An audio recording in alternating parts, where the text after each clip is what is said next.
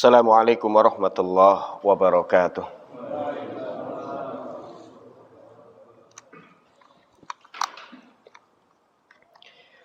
Innal hamdalillah nahmaduhu wa nasta'inuhu wa nastaghfiruh wa na'udzu billahi min syururi anfusina wa min sayyiati a'malina. May yahdihillahu fala mudhillalah wa may yudlil fala hadiyalah. Asyhadu an la ilaha illallah wa asyhadu anna Muhammadan abduhu wa rasuluh. Ya ayyuhalladzina amanu taqullaha haqqa tuqatih wa la tamutunna illa wa antum muslimun. Amma ba'd, fa inna asdaqal hadithi kitabullah wa ahsanal huda huda nabiyyina Muhammadin sallallahu alaihi wa ala alihi wa sahbihi wa sallam. Wa syarrul umuri muhdatsatuha, fa inna kulla muhdatsatin bid'ah wa kulla bid'atin dhalalah. Ayyuhas syuyukhul kiram, para sesepuh yang Allah muliakan, para jamaah Musalla Al-Jihad Mu'ad bin Jabal yang sepuh dan yang muda, semoga senantiasa Allah rahmati. Alhamdulillah, bersyukur pada Allah, malam hari ini kita bisa bermajelis di kajian malam Senin. Ya meseno. Iya, pekan yang kedua. Jadwal saya dengan tema dampak buruk dosa dan maksiat. Dampak buruk dosa dan maksiat. Satu sisi, ya, bahwa maksiat itu bahaya.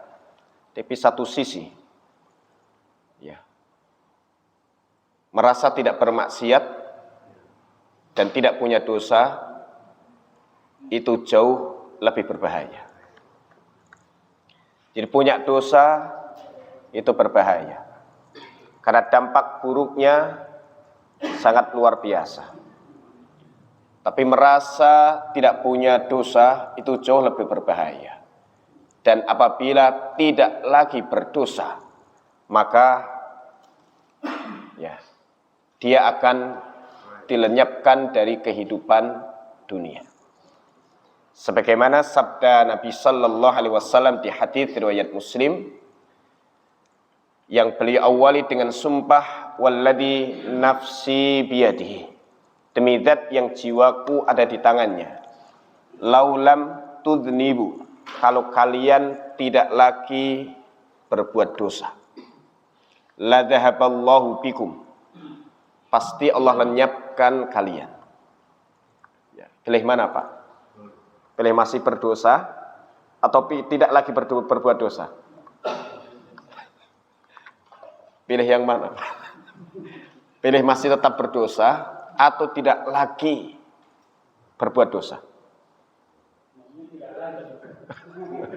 Pilihan yang membingungkan. Ya. Laulam tudhnibu la dzahaballahu bikum. Ya.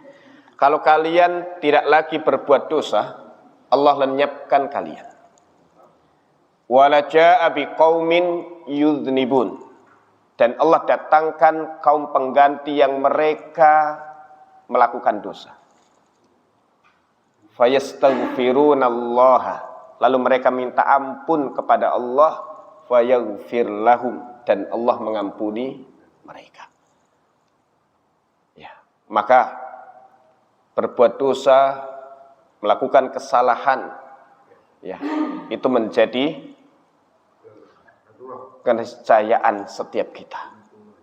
Ya, maka merasa punya dosa dan mengaku kepada Allah banyak dosa adalah sikap terbaik seorang hamba. Ya, inti kajian malam hari ini itu, dan sudah selesai. Iya. Maka di hadis yang lain riwayat Ibnu Adi dan yang lain yang dihasankan oleh Syalal-Albani, laulam takunu tudznibun, kalau kalian tidak lagi berbuat dosa, ya, khasyitu alaikum aktsar min dzalik, maka ada sesuatu yang lebih aku khawatirkan terhadap kalian. Apa itu? Al-ujubah, yakni ujub. Kalau orang tidak lagi punya dosa, tidak lagi berbuat dosa, yang akan muncul dalam dirinya adalah ujub. Maka Allah Ta'ala kabarkan kepada para hambanya, ya ibadi, innakum tukhti'una bil-laili wan-nahar. Wahai hamba-hambaku, kalian itu selalu mengerjakan kesalahan sepanjang malam dan siang. Wa ana aghfiru dzunuba jami'a. Sementara aku ini mengampuni dosa seluruhnya. Fastaghfiruni, minta ampunlah kamu kepadaku. Aghfir lakum, niscaya aku ampuni kalian. Maka di antara fungsi kita sebagai hamba, menuhankan Allah Subhanahu wa Ta'ala dengan beristighfar, dengan minta ampun kepadanya. Jika tidak mau beristighfar, pasti hidup kita akan penuh dengan bahaya, akan penuh dengan keburukan. Ya, maka salah satu yang menunjukkan seseorang itu merasa sebagai hamba Allah Ta'ala adalah senantiasa minta ampun kepada Allah Subhanahu wa Ta'ala, senantiasa beristighfar. Ya. Maka jika kalian tidak lagi berbuat dosa, ada sesuatu yang lebih aku takutkan menimpa kalian, yaitu ujub, berbangga diri. Maka dengan ujub inilah semua kebaikan-kebaikan yang telah dikerjakan ya, akan hancur, akan rusak, dan pahalanya akan lenyap. Maka thalathun muhlikat, ada 3 perkara yang menghancurkan. Syuhun muta', kebakilan yang selalu ditaati, dituruti. Wa hawa muttaba', hawa nafsu yang senantiasa diikuti. Dan i'jabul mar'i binafsihi, seseorang yang sangat bangga kepada dirinya. Salah satu yang membuat orang itu bangga diri adalah terhadap amal-amal solehnya. Sehingga kemudian merasa bahwa dirinya ya, telah terjamin dengan surga. Dosa-dosanya semua telah terampuni. Sehingga saat itu ia tidak akan merendahkan diri dan menghinakan diri di hadapan Allah untuk minta ampun kepadanya dan memohon rahmat Allah agar diterima amal-amalnya. Dan ini satu kondisi yang sangat membahayakan seseorang. Maka ujub ya adalah min kabairid dzunub, termasuk salah satu dosa besar. Ya. Salah satu dosa besar. Dan jama'atun minal ulama, sekumpulan ulama mengkategorikan bahwa ujub ini termasuk perbuatan syirik yang menghapuskan pahala amal. Maka cukup hadir ujub dalam diri seseorang, maka seluruh kebaikannya akan terhapus. Namun banyak orang yang mengalami kondisi itu, dia tidak menyadari, merasa bahwa yang termasuk bagian syirik yang membahayakan adalah riya. Memperlihatkan amal kepada orang supaya orang tahu amal-amal yang telah diperbuatnya, lalu orang memuji dirinya. Ya. Maka dalam hal ini dia menyekutukan Allah Subhanahu wa Ta'ala dengan orang lain. Sementara ujub, dia mempersekutukan Allah Ta'ala dengan dirinya. Yang seharusnya ibadah itu mengagungkan Allah Subhanahu wa Ta'ala dan mencari keridhaannya. Maka kemudian dia geser ya, bahwa ibadah yang dia kerjakan itu untuk mengangkat nama baiknya dan juga untuk mengagungkan dirinya. Maka orang yang ujub ya, dia telah menyekutukan Allah Subhanahu wa Ta'ala dengan dirinya. Maka perkataan yang disampaikan oleh Syekhul Islam Ibnu Taimiyah berkaitan dengan ujub ini. Wa katsiran ma yaqrinun nasu bainar riya'i wal ujubi. Banyak orang itu menggandengkan antara riya dengan ujub. Fariya min babil isyraki bil khalqi. Riya itu menyekutukan Allah dengan selainnya. Sementara ujub menyekutukan Allah dengan dirinya. Ya. Ini kondisi orang yang sombong. Orang yang riya, maka dia tidak merealisasikan firman Allah Ta'ala, iyyaka na'budu, kepadamu semata ya Allah kami ibadah. Sementara orang yang ujub, dia tidak merealisasikan firman Allah Ta'ala, wa iyyaka nasta'in, karena dia merasa semua amal ibadah itu hasil kerja kerasnya. Ya. Oleh karenanya orang yang ujub, ia senantiasa melihat amal-amalnya itu besar, amal-amalnya itu banyak, lalu kemudian ia bersandar kepada amal tersebut dengan melupakan nikmat Allah Subhanahu wa Ta'ala, bahwa amalnya ini sudah pasti akan memasukkannya ke surga. Maka dia mengandalkan amal itu, tidak lagi merendahkan diri dan menghendakkan diri di hadapan Allah, dan juga merengek kepada Allah Ta'ala agar diterima amal dan dirinya dimasukkan ke dalam surga. Ya. Maka dari sisi ini, sejumlah ulama menyebutkan bahwa ujub adalah perilaku tidak sopan seorang hamba kepada Allah Subhanahu wa Ta'ala. Ya. Karena dia membanggakan diri di hadapan Allah Ta'ala.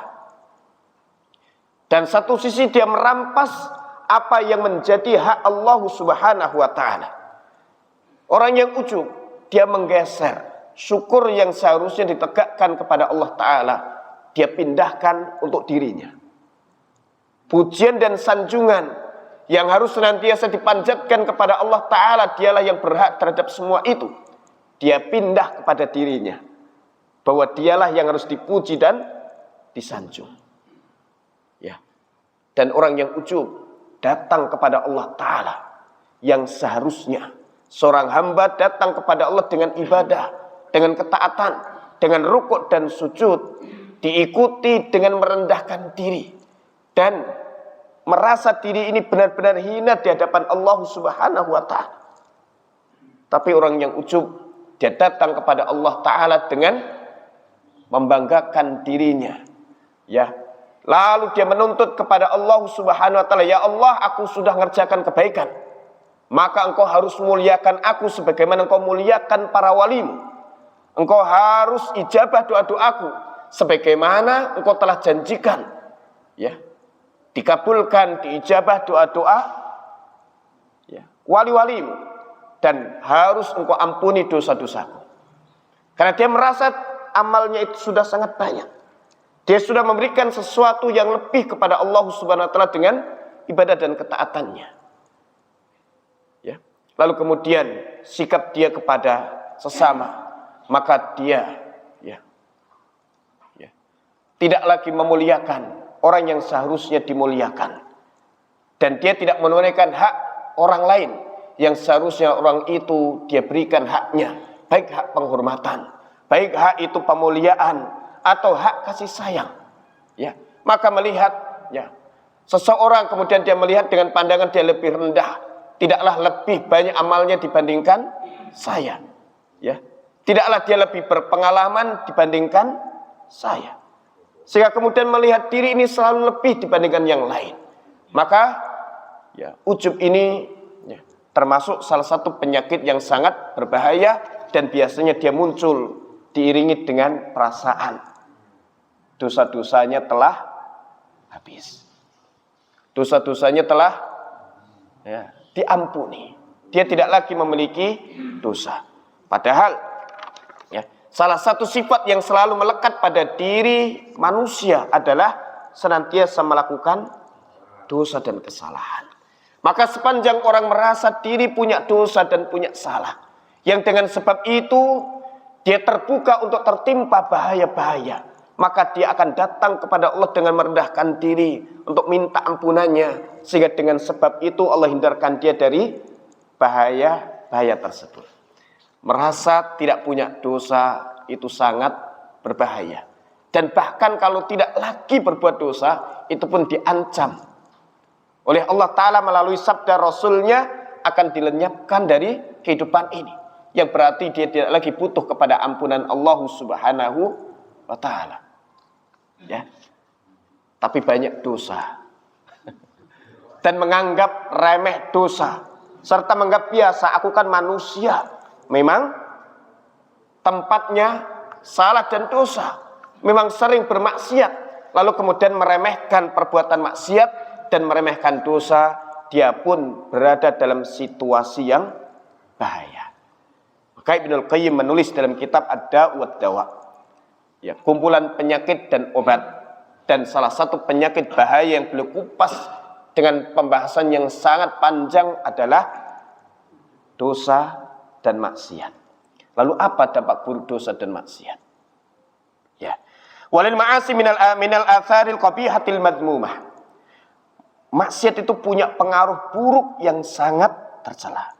Al-mudirratu bil qalbi wal badani fid dunya wal akhirah, yang membahayakan hati, membahayakan fisik di kehidupan dunia dan di kehidupan akhirat. Ma la ya'lamuhu illallah, yang tidak mengetahui detail bahaya-bahaya itu kecuali Allah Subhanahu wa taala. Faminha, di antaranya, ya, beliau sebutkan hirmanul ilm, orang yang banyak berbuat dosa dan maksiat, di antara dampak buruk yang akan dia rasakan adalah diharamkan mendapatkan ilmu. Diharamkan mendapatkan ilmu. Dapat doa istimewa, ya, tapi tidak punya semangat untuk mengambil, menghafalkan dan mengamalkannya. Atau kemudian dia ingin menghafalkannya, tapi sangat sulit untuk menghafalnya. Ya. Bahkan terkadang seseorang itu dihalangi dari majelis-majelis ilmu dikarenakan dosa dan maksiatnya. Karena Allah tidak lagi menghendaki kebaikan untuknya, karena dia terlalu banyak berbuat dosa dan maksiat, lalu tidak datang kepada Allah dengan istighfar dan taubat. Maka salah satu hukuman yang Allah timpakan kepada dia adalah dijauhkan dari majelis-majelis ilmu dan dijauhkan dari sumber-sumber ilmu. Ya. Karena tanda Allah itu cinta kepada seseorang dan menginginkan kebaikan kepadanya. Dalam hadits riwayat Bukhari dan Muslim dari Muawiyah bin Abi Sufyan radhiyallahu taala anhu adalah man yuridillahu bihi khaira yufaqihu fiddin. Siapa yang Allah kehendaki kebaikan padanya, Allah akan jadikan ia faqih, paham dan menerima ilmu agama. Itu tanda Allah cinta kepada seseorang. Lalu ketika seseorang itu banyak maksiat dan tidak mengagungkan Allah Subhanahu wa taala terhadap apa-apa yang Allah haramkan, terhadap peraturan-peraturan Allah taala, maka Allah halangi dia dari sumber kebaikan itu. Allah jauhkan dia dari majelis ilmu, Allah jauhkan dia dari mendapatkan ilmu yang bermanfaat. Dan ini salah satu hukuman yang sangat berbahaya. Jika dia jauh dari ilmu, maka ia dekat dengan kesesatan. Ya, ia dekat dengan kesesatan. Salah satu yang kita butuhkan dalam keseharian kita adalah ilmu yang manfaat. Ya, karena setiap saat kita menghadapi situasi dan kondisi yang berubah-ubah, dan setiap kondisi dan situasi itu membutuhkan ilmu supaya kita bisa berucap, berbuat dan bersikap yang diridhoi oleh Allah Subhanahu wa taala, dan itu tidak akan bisa kecuali dengan ilmu. Maka dibuat kondisi perjalanan hidup manusia itu berubah-ubah. Ada musim panas, ada musim dingin, ada musim penghujan, ada musim kemarau. Bahkan sehari semalam kehidupan kita situasinya berubah. Pagi terbit matahari, ya. Kemudian matahari mulai meninggi, masuklah waktu duha. Di antara duha kemudian sinarnya mulai sangat panas, yang kemudian masuk ke tengah siang. Lalu matahari geser ke barat. Lalu kemudian bayangan sebanding dengan, ya, panjangnya benda. Maka di sana sudah ada situasi-situasi yang berbeda. Yang di sana ada sebagian amalan-amalan khusus dari amal fardu, dan sebagian ada amal-amal sunnah yang utama, dan sebagainya ada zikir-zikir khusus berkaitan dengan perubahan-perubahan situasi. Ya. Maka semua itu butuh ilmu. Ya. Maka kalau orang dijauhkan dari ilmu, ya, Dan atau kemudian dia sudah mendapatkan ilmu tapi kemudian Allah haramkan dia mendapatkan manfaat dari ilmu, maka hidupnya akan sia-sia dan ia akan tercatat untuknya dosa. Dan ini sesuatu yang bahaya. Maka diharamkan ilmu, fa innal ilma nurun. Ilmu itu adalah cahaya yang Allah masukkan ke dalam hati seorang hamba. Sementara maksiat itu adalah sebab yang akan memadamkan cahaya tersebut. Dan ini pernah dialami oleh Imam Asy-Syafi'i rahimahullahu taala, sehingga kemudian kondisi yang beliau alami dan curhat kepada gurunya Waqi', minta saran kepada gurunya tentang kondisi beliau yang sebelumnya hafalannya itu sangat cepat dan kuat, mudah sekali untuk memahami bacaan, tapi suatu hari hafalannya kacau. Hafalannya kacau. Maka kemudian datang kepada gurunya dan mengadu. Syaqautu ila Waqi'in su'a hifdzi. Aku datang kepada Waqi' mengadukan buruknya hafalanku. Fa arsyadni ila tarkil ma'asi.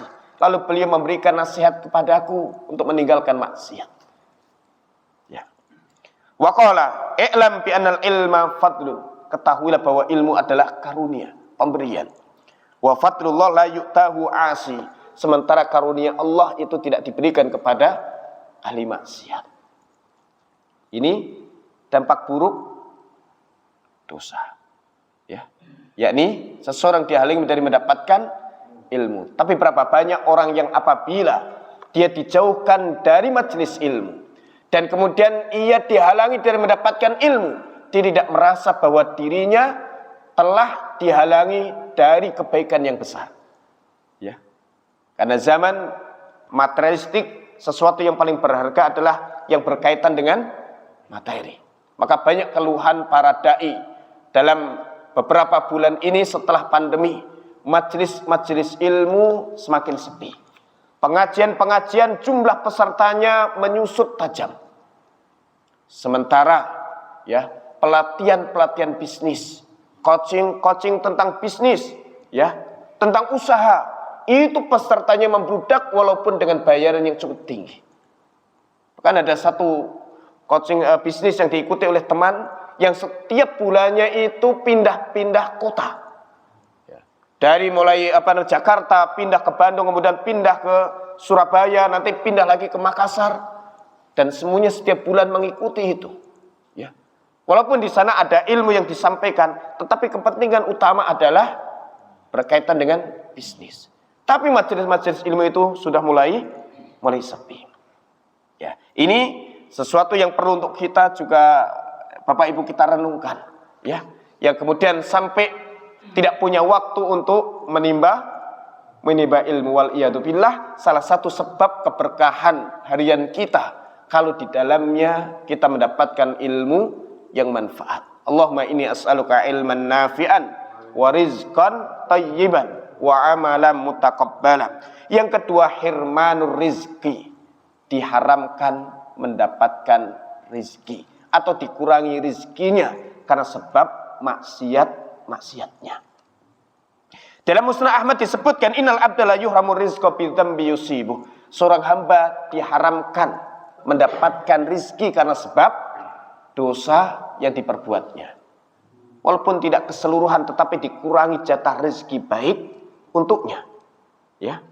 Kalau kemudian dampak itu tidak lagi disadari oleh orang yang berbuat dosa, lalu kemudian dia tidak mau beristighfar kepada Allah Ta'ala, sampai kemudian dia merasa diri ini benar, maka boleh jadi kemurkaan Allah Ta'ala akan dirubah kepada dia, dilimpahkan rezeki yang banyak kepadanya dari sisi materi, namun kosong dari keberkahannya dengan maksiat-maksiat yang diperbuatnya. Itu yang disebut dengan al-istidraj, dan ujung daripada kondisi itu adalah kebinasaan dirinya. Ini yang kemudian harus diwaspadai, karena rizki yang baik itu yang akan membantu pemiliknya untuk taat kepada Allah Ta'ala. Ketika makanan yang disantap, minuman yang diteguk, atau kemudian suplemen yang kemudian dikonsumsi, itu membuat diri seseorang semakin semangat beribadah, semakin semangat berbuat sesuatu yang mendatangkan maslahat untuk dunia dan akhiratnya, maka itulah keberkahan. Tapi ada banyak orang yang cukup makan, cukup minum, cukup suplemen, tapi tenaga yang dihasilkan hanya untuk sesuatu yang sia-sia. Maka ini jauh dari keberkahan. Ya. Sebagaimana telah dijelaskan sebelumnya, wa kama anna taqwallah mujlibatun lirizqi. Takwa kepada Allah adalah sebab ya seseorang mendapatkan rizki. Fatarku taqwa mujlibatun lil faqri, meninggalkan takwa menyebabkan kefakiran. Famastujliba rizqun bimithli tarkil ma'asi, maka tidak ada rizki yang kemudian didapatkan seseorang ya yang sebabnya melebihi dari meninggalkan maksiat. Maka salah satu dari faidah beristighfar adalah akan dibukakan pintu-pintu rizki untuk seseorang. Kemudian yang ketiga, ya, wahsyatun yajidu al-asi fi qalbihi wa bainahu wa bainallah. Ya. yakni rusaknya hubungan seorang hamba dengan Allah Subhanahu wa taala. Wahsyah keterasingan seorang hamba saat dia beribadah kepada Allah Subhanahu wa taala. Sehingga dia tidak haramkan dari mendapatkan kenikmatan dan kelezatan dalam rukuk, sujud dan ibadah-ibadah yang dia kerjakan. Hati terasa hampa saat ia mengerjakan ibadah di hadapan Allah Ta'ala. Ya. Tidak ada kenikmatan, tidak ada kelezatan, tidak ada kekhusyuan. Dan sulit sekali hatinya itu menemukan kekhusyuan dalam ibadah-ibadahnya. Maka ini salah satu sebab utamanya adalah maksiat. Maka kalau seseorang kehilangan kenikmatan dalam interaksi dengan Allah Ta'ala, maka tidak bisa ini digantikan dengan kesenangan-kesenangan dunia. Cukup makan, cukup minum, cukup jalan-jalan, cukup apa lagi, Bu? Cukup shopping dan sebagainya. Nggak bisa digantikan. Ya. Wa hadza amrun la yahusu bihi illa man fi qalbi hayah.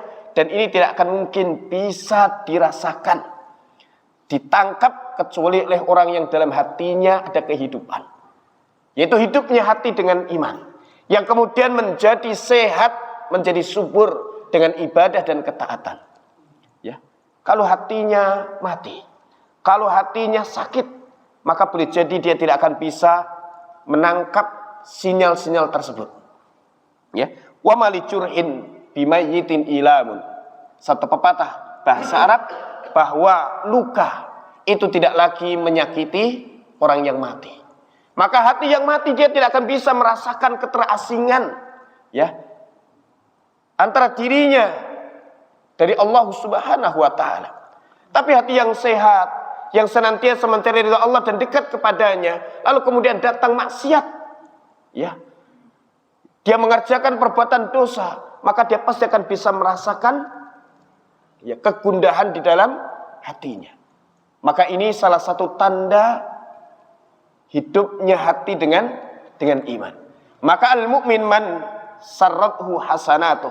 Orang mukmin adalah orang yang kebaikan-kebaikannya itu membuat hatinya gembira, senang. Wa asa'athu sayyi'atuhu, sementara perbuatan-perbuatan buruknya dia rasakan dampak yang begitu luar biasa pada hatinya. Ya, ini kalau hati itu sehat, ya, maka seorang mukmin yang merasakan manisnya iman dan kelezatan dalam ibadah, lalu kemudian datang dosa dan maksiat kepada dirinya, sehingga kemudian kehilangan kenikmatan-kenikmatan itu, maka dia akan merasa sangat rugi, ya. Dia akan merasa sangat tersiksa dan jauh lebih tersiksa daripada dia kehilangan harta bendanya. Ya. Falau lam tatruki dzunub illa hadra min wuqu'i tilkal wahsyah lakanal akil hurriyan bitarkiha. Kalau seandainya tidak ada dampak buruk dosa kecuali ini, seseorang terasing dari Allah Ta'ala, ya, seseorang rusak hubungannya dengan Allah Ta'ala, ya, Allah pasang hijab yang begitu tebal terhadap dirinya, ya, maka cukuplah orang yang berakal itu akan meninggalkan maksiat dan akan membersihkan diri dari kemaksiatan itu. Wa syaka rajulun ila ba'dil arifin, ada seorang laki-laki curhat kepada ahli ma'rifah tentang keterasingan hati yang ia temukan dalam dirinya. Lalu ia berkata, idza kunta qad aw hasadka dzunub, jika engkau telah dibuat terasing dari Allah Ta'ala dengan dosa, fada'ha idza syi'ta wasta'nis, maka tinggalkan dosa-dosa itu kalau kamu mau, lalu kamu akan mendapatkan kegembiraan. Ya. Wa laisa 'alal qalbi amrun min wahsyati dzambi 'ala dzambi. Ya.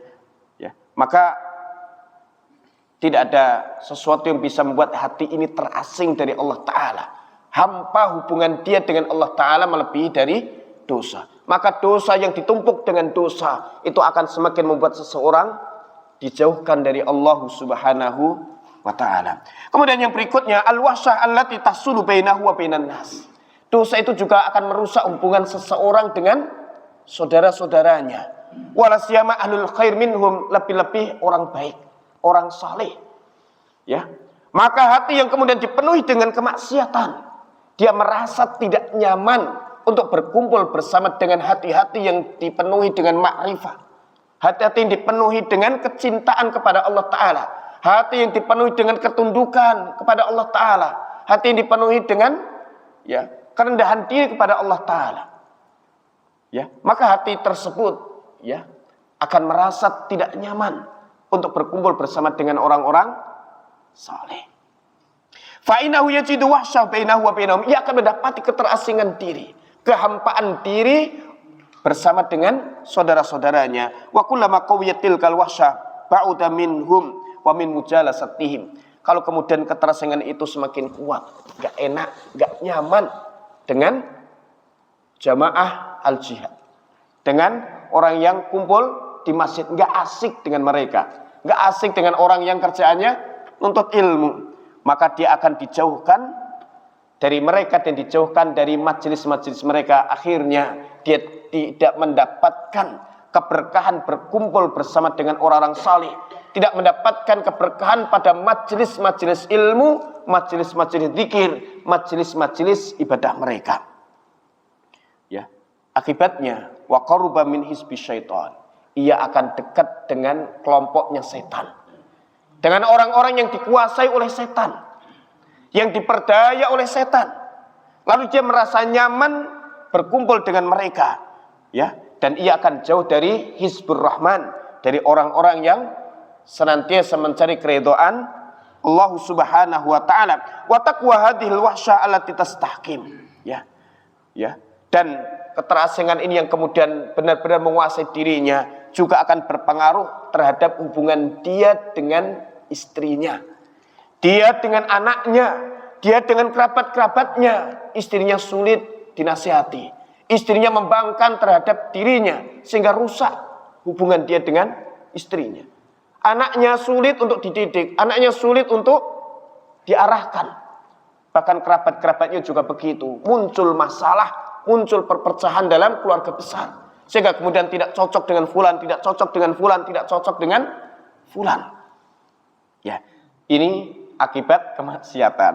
Dan kemudian Ibnul Qayyim menukil perkataan seorang salaf ulama saleh terdahulu, inni la'asallaha, sungguh aku bermaksiat kepada Allah, fa'aradzalika fi khuluqi dabati wa imraati, lalu aku lihat pengaruh maksiat itu pada perilaku kendaraanku dan perilaku istriku.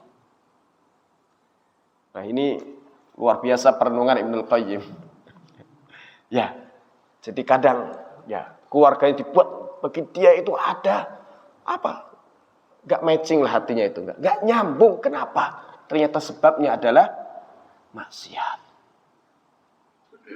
Ini maka yang mulai banyak masalah dengan jamaah masjid, yang punya masalah bersama dengan kerabat-kerabatnya, dengan orang sekitarnya, nah ini boleh jadi sebabnya adalah maksiat. Maka untuk memperbaiki satu jamaah, maka hendaknya merajinkan dan merutinkan al-istighfar. Wa min hadi antara sebab atau dampak buruk maksiat adalah menjadikan urusan itu jadi sulit. Ya. Urusan menjadi sulit, urusan dalam keluarga, urusan dalam bisnis, dalam semua urusan-urusan dijalaninya yang awalnya kelihatan mudah tapi kemudian muncul kesulitan-kesulitan sehingga gagal untuk diselesaikan. Ya, kemudian yang berikutnya dzulmah yajiduha fi qalbi haqiqah yahussu biha kama yahussu bi dzulmatil lail. Kegelapan di dalam hati. Sehingga kemudian hati ini tidak bisa mengenal mana yang benar, mana yang salah, mana orang baik dan mana orang jahat, mana yang jujur dan mana yang pembohong, tidak lagi kenal. Sebagaimana seseorang yang berjalan di kegelapan malam yang tidak ada lampu penerangnya, maka dia tidak tahu apa yang ada di depannya, bahaya atau tidak. Ya. Fatasiru dzulmatul ma'siyah li qalbihi kadzulmah al-hisiyah li basarihi. Sehingga gelapnya ya hati karena sebab maksiat itu juga akan berpengaruh terhadap pandangannya. Ya, membuat mata, istilah orang itu gelap mata. Ya, tidak lagi bisa bersikap yang benar, tidak lagi bisa bersikap yang tepat, tidak bisa lagi menilai ini baik dan ini buruk. Ya. Fa inna ta'ah nurun, ketaatan itu cahaya dan maksiat itu adalah kegelapan. Lalu kemudian beliau sebutkan dampak-dampak buruk maksiat ini, ternyata ini dijelaskan oleh Abdullah ibn Abbas radhiyallahu taala anhuma. Innalil hasanah diya'un fil wajhi. Kebaikan itu menjadi cahaya pada wajah. Ya. Kebaikan itu memiliki cahaya pada wajah. Ya, sinar di dalam hati. Wasi'atan fi rizki, dan memiliki kelapangan dalam rizki, wa quwwatan fil badan. Dia akan menjadi sebab kekuatan pada fisik, wa mahabbatan fi qulubil khalqi, dan akan menimbulkan kecintaan di hati makhluk. Wa inna lisayyi'ah sawatan fil wajhi, sebaliknya keburukan, kemaksiatan itu akan membuat wajah menjadi hitam dan gelap. Ya. Dilihat oleh orang baik itu sudah tidak ada ya sinarnya, ya, tidak ada aura baiknya. Orang sekarang menyebutnya begitu, ya. Wadul mahfil qalbi, dan menimbulkan kegelapan di dalam hati dan membuat badan itu menjadi lemah dan rezeki pun menjadi berkurang, dan maksiat itu juga menimbulkan kebencian dalam hati makhluk. Dan cukuplah ini kemudian menjadi satu peringatan bagi kita semuanya untuk mewaspadai dosa dan maksiat dan tidak menganggap remeh dosa dan maksiat itu, dan kemudian mencari pelebur terhadap dosa dan maksiat tersebut. Dan pelebur yang paling utama adalah beristighfar dan bertaubat kepada Allah Subhanahu wa taala. Seseorang yang menyadari bahwa dirinya tidak bisa lepas dari dosa dan salah, maka dirinya pun juga harus membangun tekad untuk tidak lepas dari beristighfar. Sudah Isya belum Mas Eno? Belum. Dan saya bawa 34 amalan penghapus dosa, ya. 34 amalan penghapus dosa. Ini juga menjadi nanti amalan-amalan penyempurna atau usaha-usaha yang bisa menyempurnakan diri untuk membersihkan diri ini dari dosa dan maksiat. Apa saja itu? Yang pertama adalah masuk Islam, dan kita sudah lewat. Kalau baru masuk Islam, semua dosa sebelumnya bersih. Tapi kalau sudah lama masuk Islam, ya tidak cukup. Saya kan sudah Islam, maka pasti bersih, nggak cukup. Maka yang kedua adalah dia perteguh ketauhidan. Dia murnikan keimanan. Ya, maka dengan keteguhan keimanan itu menjadikan seorang hamba berhak untuk mendapatkan ampunan. Ya. Maka yang disebutkan dalam riwayat At-Tirmidzi dan status hadisnya hasan. Ya.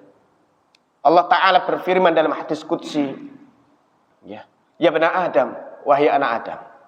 Ya. Lau ataitani bi qurabil ardi khataya. Seandainya engkau datang kepadaku dengan membawa kesalahan sebesar atau sepenuh bumi. Tsumma laqitani la tusyriku bi syai'a. Kemudian engkau jumpa aku dalam kondisi tidak menyekutukanku dengan apapun juga. La ataituka bi qurabiha maghfirah. Maka aku siap mendatangkan ampunan sebesar itu pula untuk dirimu. Ya. Maka perteguh iman, jaga tauhid, dan kemudian Kenali betul ya penyakit-penyakit terhadap keimanan, penyakit terhadap ketauhidan yang kemudian bisa kita hindari, sehingga dengan sebab itu kita berhak untuk mendapatkan ampunan Allah Subhanahu wa taala.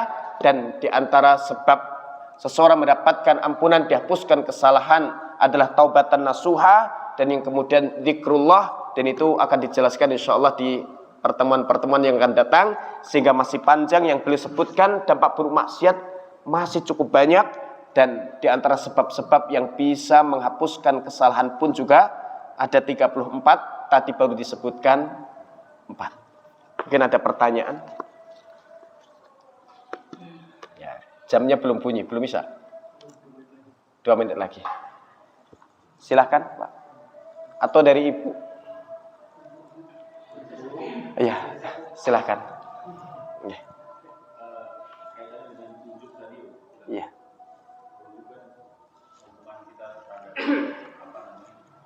Ibadah kita ya. Ya. Nah, kaitannya dengan apa? Keyakinan. Artinya kan saya sering dengar, mungkin kita juga sering dengar bahwa kita harus yakin bahwa ibadah yang kita lakukan itu diterima gitu ya. Ya. Artinya kita berserah diri. Nah, itu apakah dengan seperti itu sebagian dari ujub? Ya. Barakallahu fikum. Dalam ibadah kita harus bangun keyakinan sebagai husnudzon kita kepada Allah Subhanahu wa taala bahwa Allah akan berkenan menerima amal ibadah kita. Itu keyakinan kita kepada Allah dan harapan kita kepadanya, kemudian kita prasangka baik kepada Allah. Itu satu sisi yang memang harus hadir. Ya. Sehingga kemudian muncul harapan kita kepada Allah, sehingga kemudian kita akan berusaha menyempurnakan harapan itu dengan sesuatu yang Allah ridhoi. Di antaranya adalah kita mengasihi hamba-hamba Allah Ta'ala, supaya Allah mengasihi dan merahmati kita. Kemudian dari ibadah itu perlu juga dicatat ada 3 rukunnya. Tadi roja, kalau yang pertama adalah cinta, kemudian roja itu harapan, yang ketiga adalah rasa takut. Maka ibadah yang kepada Allah Ta'ala yang kemudian ada roja, pengharapan yang sangat kuat, ini tidak akan bisa tegak dengan baik kecuali kemudian diiringi dengan rasa takut. Takut apa? Takut ibadah itu tidak diterima oleh Allah Ta'ala. Takut Allah tidak merahmati dirinya, sehingga kemudian dia datang kepada Allah dengan harapan, ya Allah rahmati aku, ya Allah terima amal ibadahku. Nah, itulah sifat daripada orang saleh yang disebutkan dalam Al-Mu'minun ayat yang ke-60. Walladzina yu'tuna ma ataw wa qulubuhum wajilah annahum ila rabbihim raji'un. Dan orang-orang yang senantiasa mengerjakan kebaikan dari yang biasa mereka kerjakan. Wa qulubuhum wajilah, sementara hati mereka diliputi rasa takut. Karena mereka yakin akan benar-benar dikembalikan kepada Allah Subhanahu wa taala. Yang kemudian Aisyah tanya, apakah mereka orang yang banyak maksiatnya? Jawab beliau tidak. Tapi mereka orang yang banyak salat, banyak sedekah, banyak puasa, tapi khawatir ibadah mereka tidak diterima, sehingga dia tidak memastikan ibadahnya itu diterima. Maka rojaknya itu masih diiringi dengan rasa takut. Wallahu ta'ala a'lam. Sudah masuk adzan. Silakan adzan dulu Mas.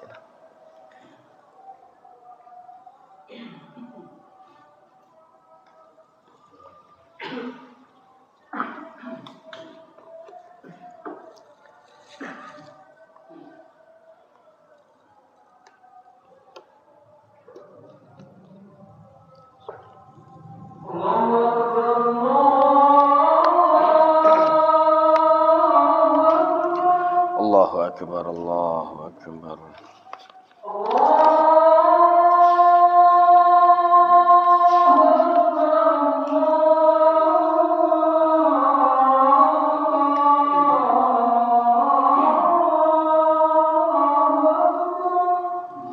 Allahu akbar, Allahu akbar.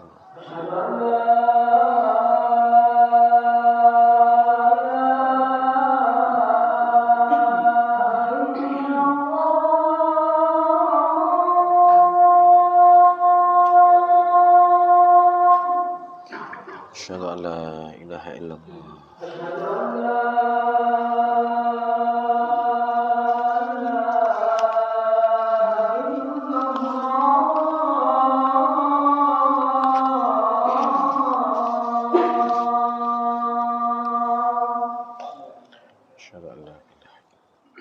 Asyhadu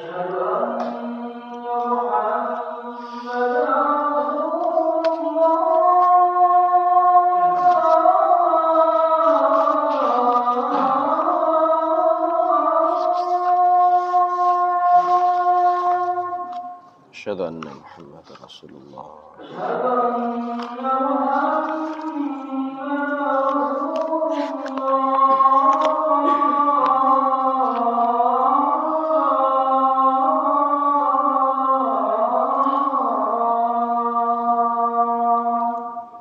Asyhadu anna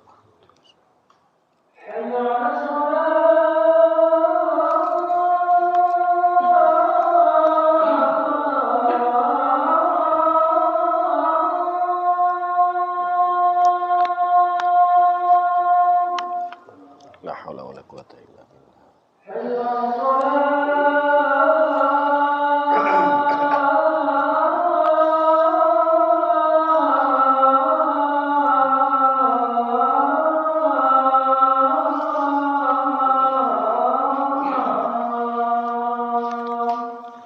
La haula wala quwata illa billah.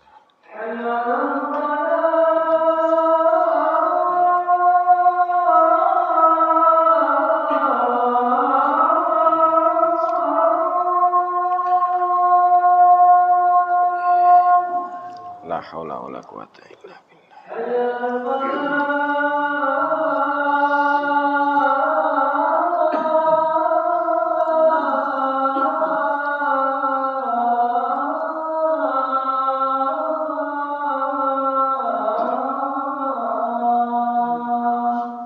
La haula wala quwata illa billah.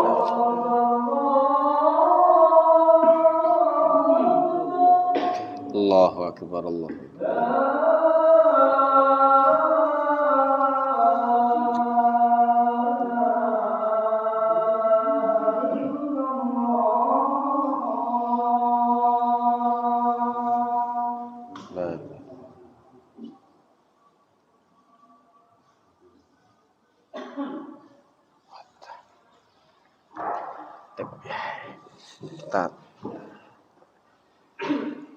Tapi Bapak Ibu rahimakumullah, kita tambah sebentar terkait dengan dari tambahan bahwa apakah kemudian kita tidak punya harapan kepada Allah Ta'ala? Punya harapan.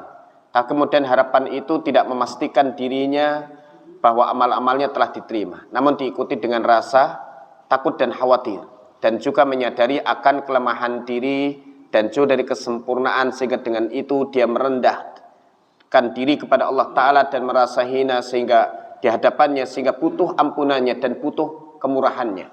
Maka salah satu dari petunjuk Rasulullah Sallallahu Alaihi Wasallam adalah ketika beliau selesai dari ibadah, maka beliau segera beristighfar, minta ampun kepada Allah Subhanahu Wa Ta'ala.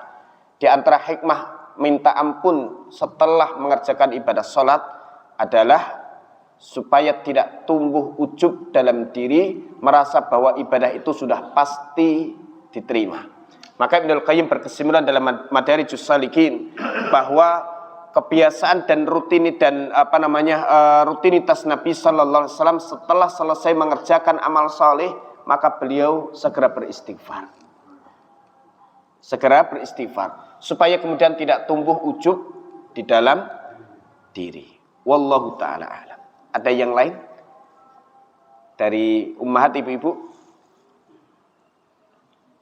Cukup?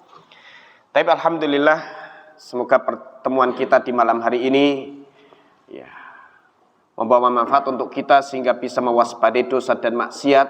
Namun dari satu sisi kemudian tidak juga membuat kita merasa bahwa kita tidak memiliki dosa dan kesalahan kepada Allah Subhanahu Wa Ta'ala.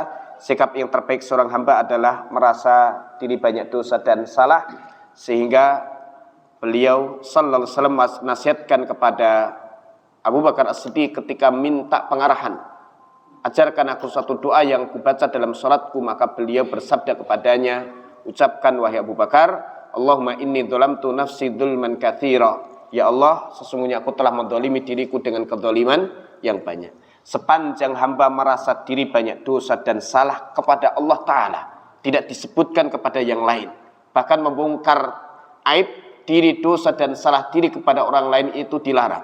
Tapi kepada Allah Subhanahu wa taala hendaknya seorang hamba mengakui akan dosa dan salahnya.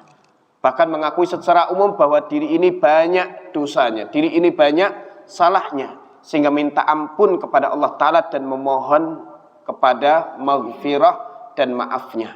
Maka dia akan menjadi hamba yang baik di hadapan Allah Subhanahu wa taala. Allahumma ighfir lana warhamna wahdina wa'afina warzuqna. Rabbana ighfir lana dzunubana wali walidina warhamna warhamhum kama rabbawna shighara walil mu'minina wal mu'minat wal muslimina wal muslimat al ahya'i minhum wal amwat.